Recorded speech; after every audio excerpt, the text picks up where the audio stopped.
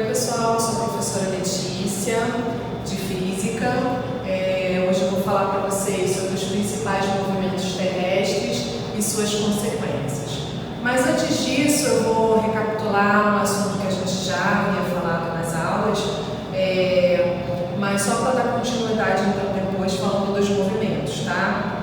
Então recapitulando, vou falar sobre os modelos cosmológicos. O primeiro deles é o geocentrismo. O geocentrismo ele foi idealizado por Aristóteles, né? E isso data antes de Cristo, então ele é muito antigo, né? Mas ele tinha algumas falhas que Aristóteles ele não conseguiu comprovar, ele não conseguiu explicar essas falhas. Então, depois de um tempo, e aí já depois de Cristo, Cláudio Ptolomeu ele aperfeiçoou o geocentrismo, mas a ideia principal continuou prevalecendo, tá? Ele conseguiu explicar algumas teorias, mas a visão central não mudou. Era o geocentrismo como terra no centro do universo, tá? Já se especulava um outro modelo, que no caso é o heliocentrismo, mas por causa da grande pressão que na época a igreja exercia na sociedade, não se foi difundida, não foi espalhada, né? Mas já se falava do heliocentrismo. Somente a partir do século XVI é que o heliocentrismo foi amplamente discutido, foi através de Nicolau Copérnico. Ele, na verdade, escreveu um livro, mas esse livro ele só foi publicado após a sua morte, e somente após a publicação desse livro é que o heliocentrismo começou a ser discutido efetivamente, né? O que difere então o heliocentrismo do geocentrismo? No heliocentrismo, Copérnico ele falava que não era a Terra o centro do universo, e sim o Sol era o centro do universo e os outros planetas orbitavam ao seu redor. Então a ideia principal, que é a que a gente inclusive tem hoje em dia, comprovada, claro, é do heliocentrismo, que é o Sol no centro do universo. Então o idealizador inicial foi Copérnico, mas ainda não se conseguia comprovar algumas coisas e depois de algum tempo ele foi aperfeiçoado por alguns estudiosos, inclusive Galileu Galilei foi uma personalidade que contribuiu muito para o modelo cosmológico que a gente tem hoje em dia, e Isaac Newton também. Mas o principal deles foi Kepler, que criou e conseguiu comprovar matematicamente as 3 leis de Kepler, que a gente conhece hoje em dia, que conseguiu explicar, inclusive, algumas teorias que se tinha antigamente e outras que acreditava-se que era de uma forma e ele comprovou que era de outra.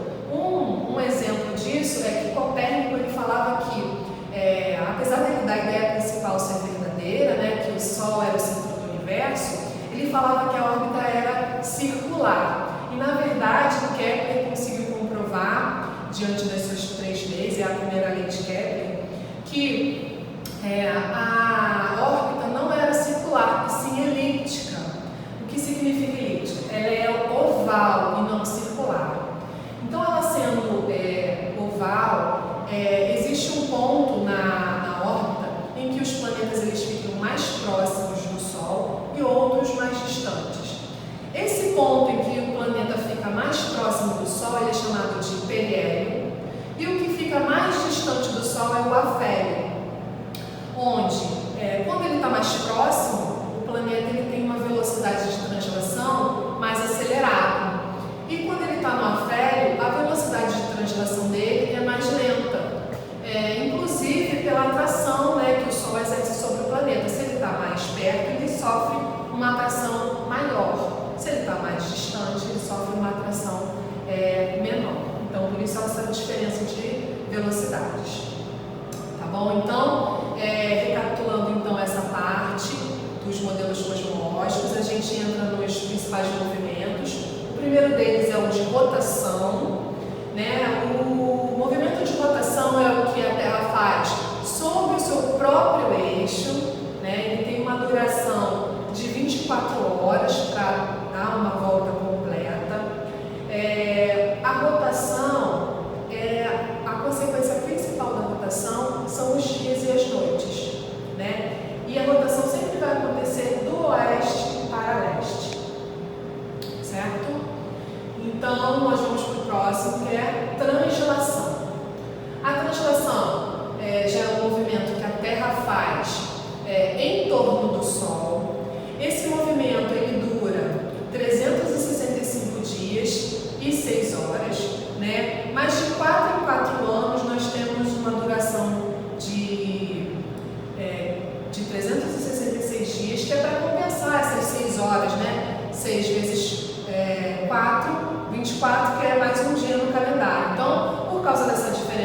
horas, de 4 em 4 anos, nós temos o ano bissexto, que a gente fala, né? Onde o calendário é acrescentado um dia no mês de fevereiro, sempre o dia 29 de fevereiro, só existe no ano bissexto, que é o ano que a gente tem 366 dias. A principal consequência da translação são as estações do ano, né? Então, é isso que a gente vai ver no próximo slide, como acontece então as estações do ano, tá? Aí nós conseguimos ver o processo todo de translação, né? As estações do ano marcam, existem datas específicas, a gente chama de solstícios, o solstício de verão e o solstício de inverno. No solstício de verão, ele marca o verão, então, aqui no Brasil é o dia 22 de dezembro, a gente chama de solstício de verão, porque nesse período os dias são mais longos do que as noites, então a gente tem um período de dia maior e a duração da noite é menor. No caso do solstício de inverno, as noites são maiores, então a gente tem um período de iluminação, né, de dia menor e a noite é maior. Então a gente chama solstício de verão, solstício de inverno. E a gente tem os equinócios. No caso do equinócio de primavera, que se inicia de 23 de dezembro, e o equinócio de outono, dia 21 de março. Nos equinócios, os dias e as noites têm a mesma duração de horas, tá? Então só vai haver uma diferença nos solstícios. Nos equinócios, os dias e as noites são iguais, ou seja, tem o mesmo tempo de duração. Os equinócios, eles marcam um momento de transição, né? Por exemplo, nós estávamos no verão e aí na primavera nós começamos a ter um ambiente mais ameno, a temperatura começa a baixar até chegar ao inverno. E o equinócio de outono é o contrário, nós temos temperatura mais amenas e vão subindo à medida que os dias vão passando até chegar ao verão. A próxima ocorrência que a gente vai ter, que vai ter influência, né, nos movimentos terrestres, é o das marés. E aí, a principal influência, o que determina, né, as marés, principalmente a Lua, mas a gente também tem uma influência das marés a partir do Sol, mas a principal influência é da Lua, né? A atração entre a Lua e a Terra, a atração gravitacional, é que faz a ocorrência das marés. Então, reparem aqui nessa primeira parte, a gente tem a Lua bem perto de uma posição do globo terrestre. Então, nessa fase em que a Lua está perto e é na mais distante, nós temos a maré alta. Nas intermediárias, nós temos a maré baixa. Então, a Lua influencia diretamente nas marés. Na segunda fotografia, a Lua está numa posição entre o Sol e a Terra. Então, reparem que a influência que a Lua tem nas marés é muito maior, por causa da intensificação também, e no caso da combinação da gravidade da Lua e do Sol. Então isso faz com que a maré seja muito mais alta nesse período, né? Tanto na região mais perto quanto na região mais afastada, e nas extremidades a maré bem mais baixa. Vocês conseguem ver a diferença nas duas fotografias, né? E também nós temos uma consequência de outros astros, que são os eclipses. Também falando então da Lua e do Sol, nós temos eclipse solar e eclipse lunar. No caso do eclipse solar, ele vai acontecer quando a Lua ela se posiciona entre o Sol e a Terra, né? Esse eclipse ele vai acontecer de 3 formas, né? Total, parcial ou anular. No caso do total, a Lua vai tampar totalmente a luz do Sol para chegar na Lua. Então, ela vai tampar o Sol totalmente. No caso da parcial, ela vai tampar o Sol. A Lua vai tampar o Sol parcialmente, como vocês estão vendo nessa imagem. E no caso da anular, a Lua se posiciona de tal maneira que o Sol vai criar um anel em volta da Lua, tá? E aí nós vamos para os eclipses lunar. O eclipse lunar vai acontecer quando a Terra se posiciona entre a Lua e o Sol. Também nós temos três tipos. Nós temos o total, parcial e o penumbral. Reparem que a Terra cria um cone de sombra. Se a Lua estiver completamente nesse cone de sombra, nós vamos ter um eclipse total, porque ela vai tampar totalmente a Lua. Se ela estiver posicionada entre o cone de sombra e o cone de penumbra, a gente vai ter um eclipse parcial. E se ele estiver no cone de penumbra, a gente vai ter um eclipse penumbral. A gente tem esse nome porque ela não consegue fazer uma sombra total para apagar totalmente. Ela só cobre só faz uma sombra mais leve, não consegue completar, apagar totalmente a iluminação da Lua, tá? Só diminui um pouquinho. E o próximo, o ciclo das estrelas, as estrelas, elas têm um ciclo de vida, elas nascem, crescem e morrem, tá? As estrelas, elas têm o seu início de vida a partir das nebulosas, que é aquela primeira imagem lá que a gente está vendo.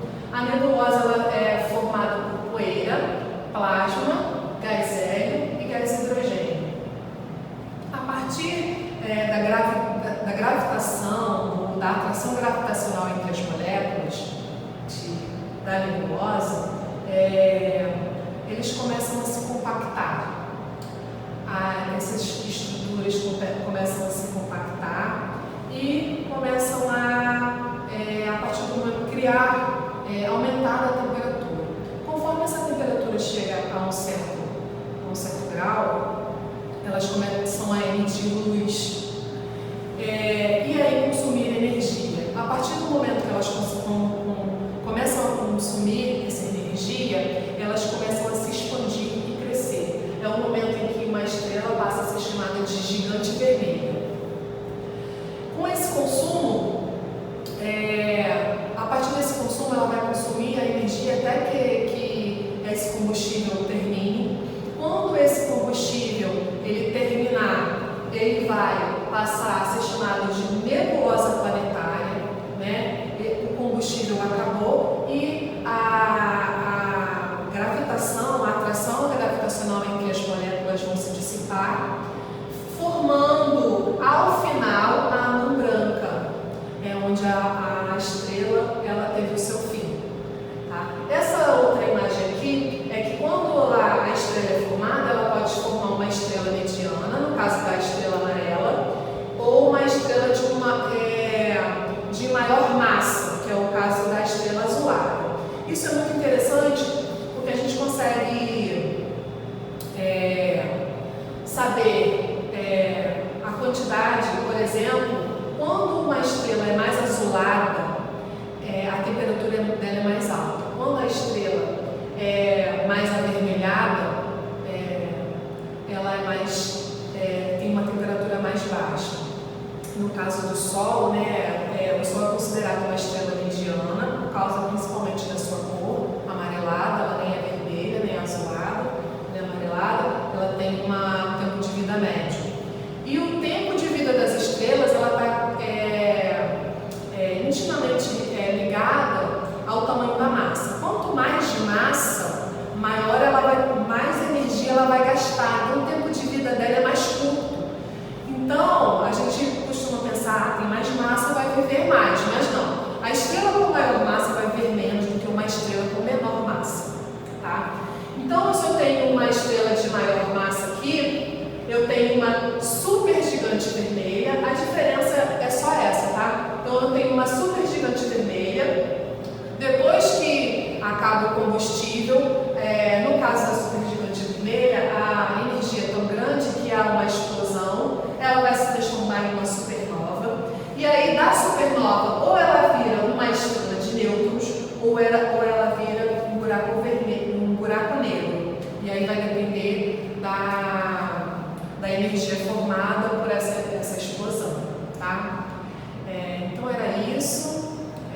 falou dos modelos cosmológicos e falou dos principais movimentos terrestres.